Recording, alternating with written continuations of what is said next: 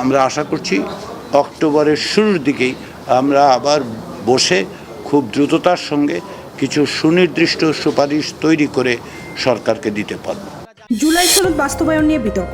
দৈনিক সংবাদ দিগন্ত পত্রিকার সাথে যুক্ত আমি ফারজানা ইসলাম মধু।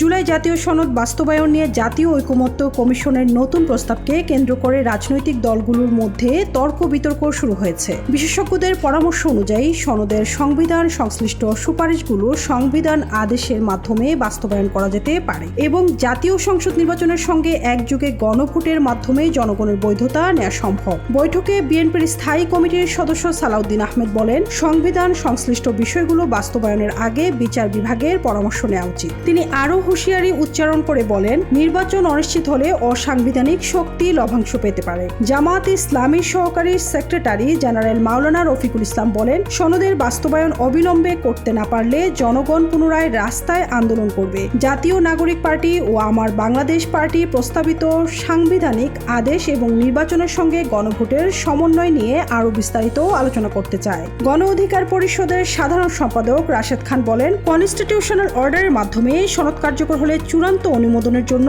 গণভোট প্রয়োজন। বৈঠকে কমিশনের সদস্য ও 30টি রাজনৈতিক দলের প্রতিনিধিরা উপস্থিত ছিলেন। বৈঠকের শেষ পর্যন্ত প্রতিটি দলের মধ্যে সমন্বয় না হওয়ায় জুলাই সনদ বাস্তবায়ন এখন নতুন বিতর্কের জন্ম দিয়েছে।